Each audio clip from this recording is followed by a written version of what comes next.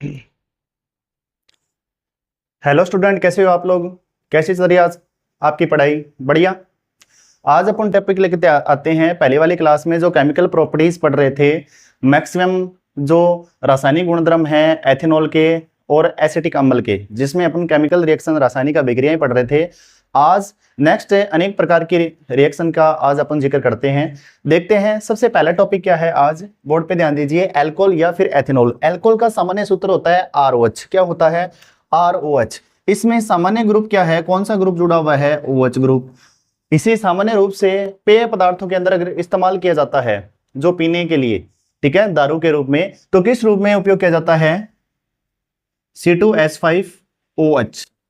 किसके रूप में किया जाता है? C2H5OH के रूप में उपयोग किया जाता है। इसमें अपन देखते हैं सबसे पहले कि जो R ग्रुप है यहाँ पे किसको दर्शाता है? एल्किल ग्रुप को। किसको दर्शाता है? Alkyl group. एल्काइल ग्रुप यहाँ पे कौन कौन से हो सकते हैं? CH3 हो सकता है, C2H5 हो सकता है, C3H7 हो सकता है। ये सारे के सारे क्या हैं? एल्काइल ग्रुप है। और ये क्या शब्द है? कौन सा ग्रुप है?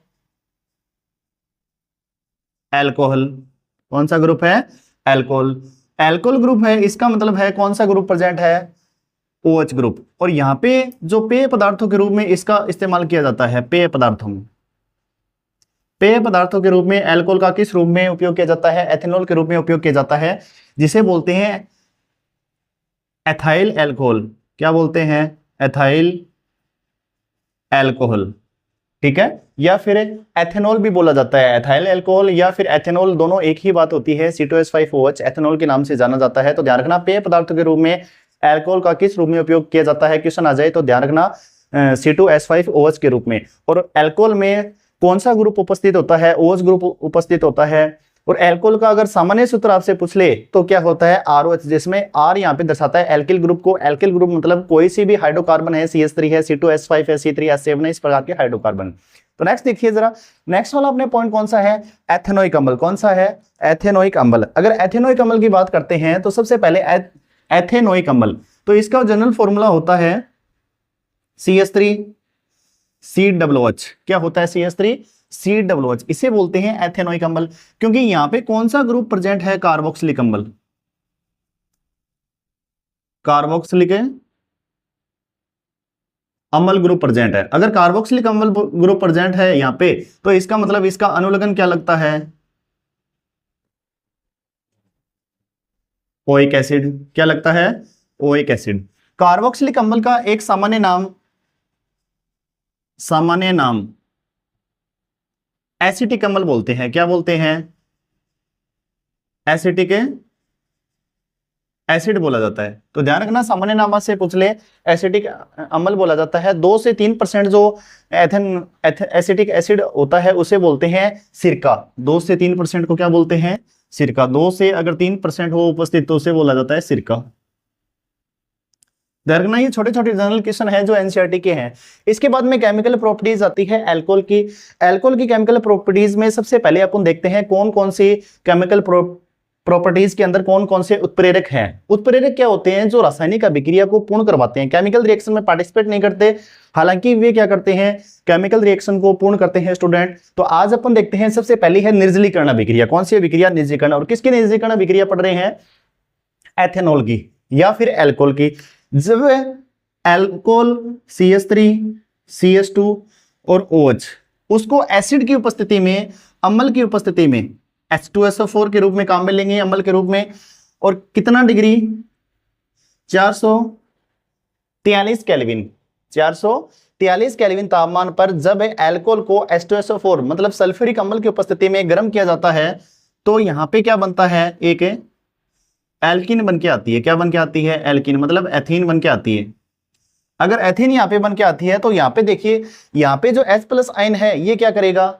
OH को बाहर लेके जाएगा और क्या निकाल देगा? यहाँ पे H2O निकाल देगा। क्या निकाल देगा? H2O। क्योंकि इस यहाँ पे क्या होता है कि 2H+ आयन होते हैं और SO4 2 नेगेटिव आयन होते हैं। तो ये क्या काम करते हैं? जो H+ आयन है ये क्या काम करते हैं? ये OH- को प्रोटॉन अपने तरफ खींचने का कार्य करते हैं, क्योंकि अगर यहां से बॉन्ड टूटेगा तो यहां से OH ग्रुप जाएगा। कौन सा ग्रुप जाएगा? OH। और OH ग्रुप पे कौन सा चार्ज होता है? माइनस चार्ज होता है। अगर OH ग्रुप पे माइनस चार्ज होता है, इसका मतलब ये हुआ कि इसकी वैलेंसी कंप्लीट करने के लिए, इसकी वैलेंसी कंप्लीट करने के लिए ये है यहाँ पे एक हाइड्रोजन जो है बॉन्डिंग के तौर पे आ जाता है। तो इस रिएक्शन में आपको सिर्फ इतना ध्यान रखना है, 10th बेस पे मैकेनिज्म आपसे कभी नहीं पूछी जाती है, सिर्फ रिएक्शन पूछी जाती है। क्वेश्चन आ जाए कि अल्कोहल के निर्जलीकरण की अभिक्रिया लिखी है, तो आपको पता होना चाहिए अल्कोहल के निर्जलीकरण अभिक्रिया में क्या होता है कि जब अल्कोहल या एथेनॉल की रिएक्शन करवाई जाती है एसिड की उपस्थिति में, और एसिड के रूप में क्या काम में लिया जाता है, सल्फ्यूरिक अम्ल H2SO4 काम में लिया जाता है, और 443 केल्विन तापमान पर अगर इसको हीट करते हैं तो एल्किन या फिर एथीन का निर्माण होता है, और साथ में जो वाटर मॉलिक्यूल है H2O है वो क्या निकल जाता है, भाप बन के उड़ जाता है। नेक्स्ट देखिए कौन सी रिएक्शन है, इसके बाद में धातु के साथ रिएक्शन। किसकी रिएक्शन पढ़ रहे हैं अपन, अल्कोहल की। जब अल्कोहल की धातु के साथ रिएक्शन करते हैं CH3 CH2 और OH, इसके कितने मॉलिक्यूल लेने हैं, 2 मॉलिक्यूल लेने हैं। कितने लेने हैं, 2। अगर सोडियम धातु है इसके साथ रिएक्ट करवाया जाता है, सोडियम धातु है इसके साथ अगर रिएक्ट करवाया जाता है तो यहां पे देखिए जरा, सोडियम एथोक्साइड का निर्माण होता है, CH3 CH2 O नेगेटिव और Na+, और कितने मॉलिक्यूल है, 2 मॉलिक्यूल। और कौन सी गैस बाहर निकल जाती है, हाइड्रोजन गैस। तो देखिए जरा, अगर मान लो एथेनॉल CH2 CH3 CH2 और OH के 2 मॉलिक्यूल काम में ले रहे हैं, कितने धातु है, कौन सी धातु है, सोडियम धातु। अगर सोडियम धातु काम में ले रहे हैं, इसका मतलब क्या है, किसके साथ रिएक्शन करवा रहे हैं, एथेनॉल या अल्कोहल की धातु के साथ। तो क्या बनेगा यहाँ पे 2 molecule CH3 CH2 O negative और सोडियम प्लस आयन बनेंगे, और कौन सी गैस बाहर निकल जाएगी, H2 गैस। अब ये देखो यहाँ पे क्या बना है, सोडियम एथोक्साइड, सोडियम तो हो ही गया, ठीक है, और एथ कौन सा हो गया, 2 कार्बन और ऑक्साइड, सोडियम एथोक्साइड। तो क्वेश्चन आता है कि जब अल्कोहल या फिर एथेनॉल की अभिक्रिया करवाते हैं धातु के साथ, तो कौन सी गैस का निर्माण होता है, हाइड्रोजन गैस का, और बनने वाला यौगिक कौन सा है, सोडियम एथोक्साइड है। बहुत बार क्वेश्चन आया हुआ है, सोडियम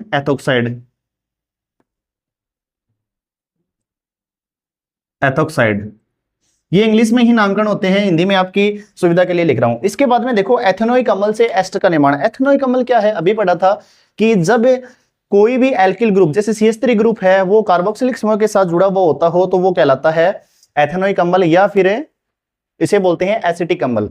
अब इसकी रिएक्शन देखते हैं, इसके रिएक्शन में क्या है ना, अपन को क्या निर्माण करना है, एथेनोइक अम्ल से एस्टर का निर्माण। पहली वाली जो लेक्चर नंबर 11 है, जो chemistry with channel YouTube channel पे आप लेक्चर नंबर 11 जब आप देखोगे तो उसमें देखोगे एस्टीकरण अभिक्रिया, सेम वही अभिक्रिया है। तो यही अभिक्रिया मैं दोबारा इसलिए करा रहा हूं कि बहुत बार एग्जाम में क्वेश्चन आया हुआ है। तो 2 टाइप से क्वेश्चन बनता है कि एस्टीकरण अभिक्रिया लिखिए या फिर एथेनोइक अम्ल से एस्टर का निर्माण कीजिए। तो जब एथेनोइक अम्ल की क्रिया करवाते हैं अल्कोहल के साथ, किसके साथ करवाते हैं, अल्कोहल के साथ। तो देखें जरा, CH3 COOH, इसकी अभिक्रिया करवाते हैं किसके साथ है,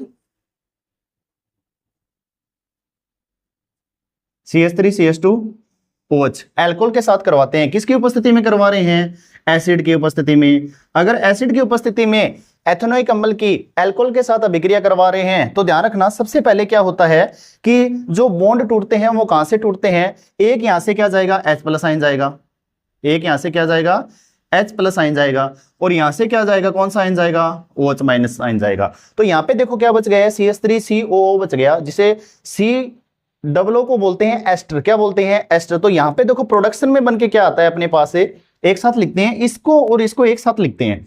तो देखो क्या लिखते हैं, CH3 C+O। इसके बाद में देखिए ये CH2 और CH3 ग्रुप है, CH2 और CH3 ग्रुप है, और वाटर मॉलिक्यूल क्या निकल गया, बाहर निकल गया।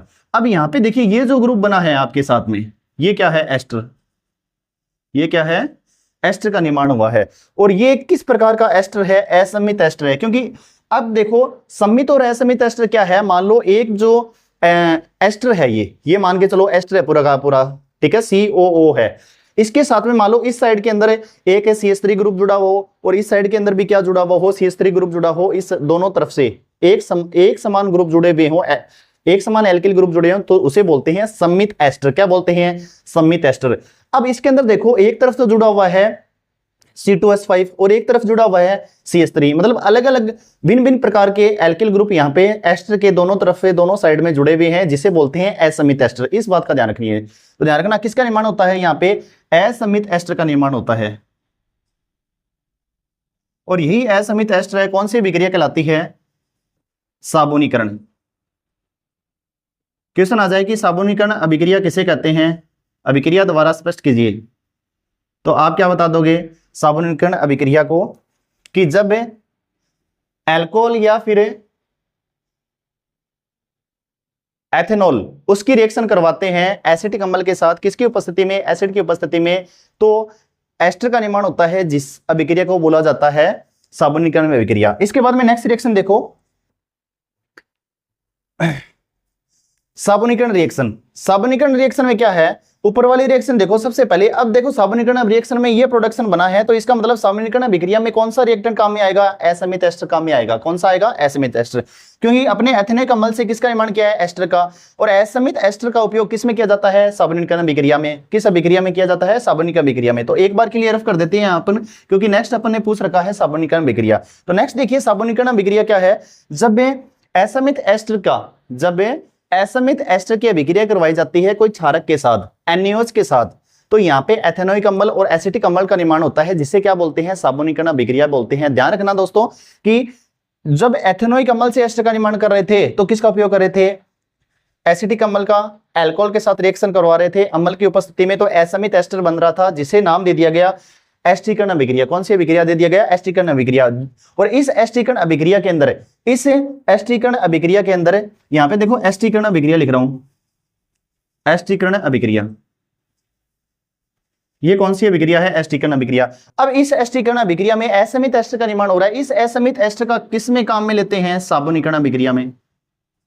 किस अभिक्रिया में, साबुनीकरण अभिक्रिया में। अब इसका मतलब हुआ कि जब भी आपसे कोई एग्जाम में पूछे कि साबुनीकरण अभिक्रिया क्या है, तो आप इस्तेमाल किसका करोगे, असमित एस्टर का। अब असमित एस्टर को जब क्षारक की उपस्थिति में गर्म किया जाता है, तो सबसे पहले क्या होता है कि क्षारक की उपस्थिति में गर्म करने पर यह किस में टूट जाएगा, एथेनॉल और एसिटिक अम्ल में टूट जाएगा। इसका नाम क्या है, एथेनोइक अम्ल, एथेनोइक एसिड। और इसका नाम क्या है, एथेनॉल।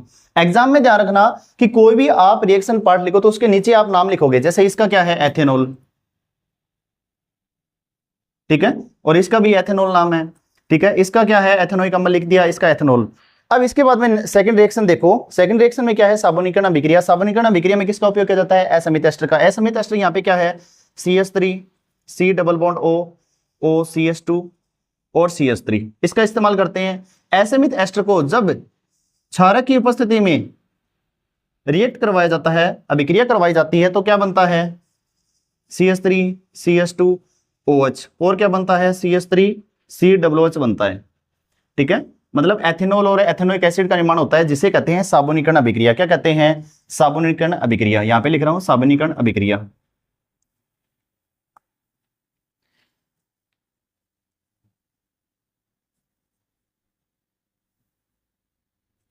ठीक है। ये प्रोडक्शन बन के आता है साबुनीकरण अभिक्रिया में। और साबुनीकरण अभिक्रिया में किसका निर्माण होता है, एथेनॉल प्लस में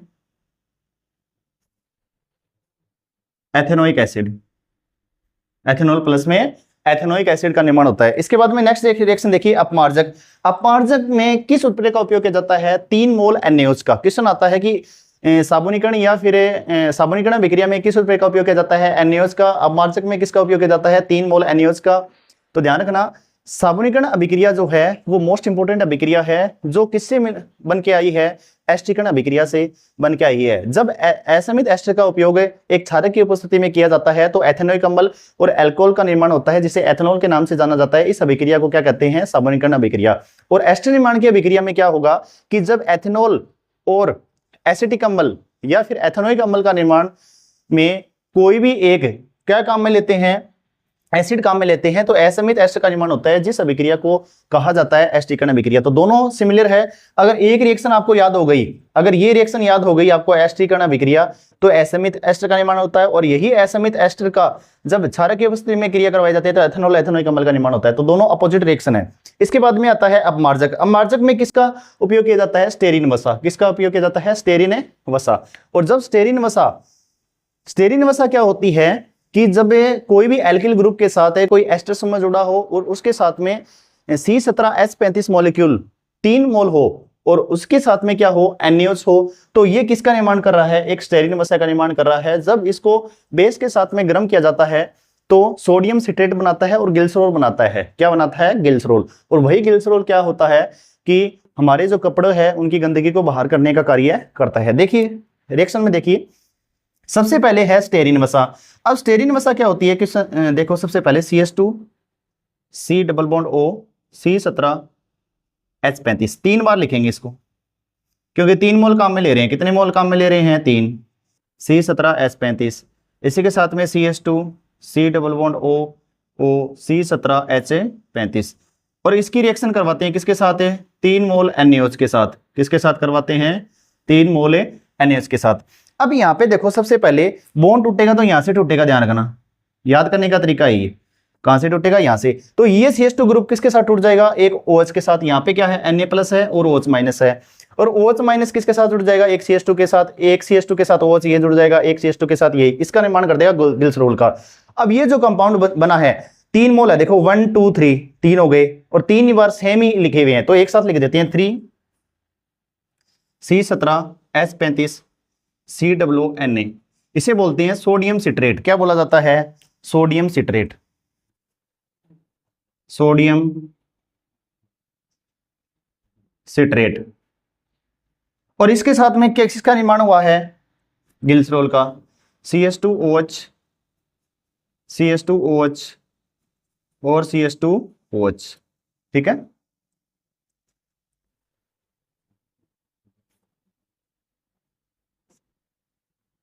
ध्यान रखना यहाँ पे CH2OH CH2OH और CH2OH ग्रुप है जिसे बोल दिया ग्लिसरॉल। क्या बोल दिया? ग्लिसरॉल बोल दिया।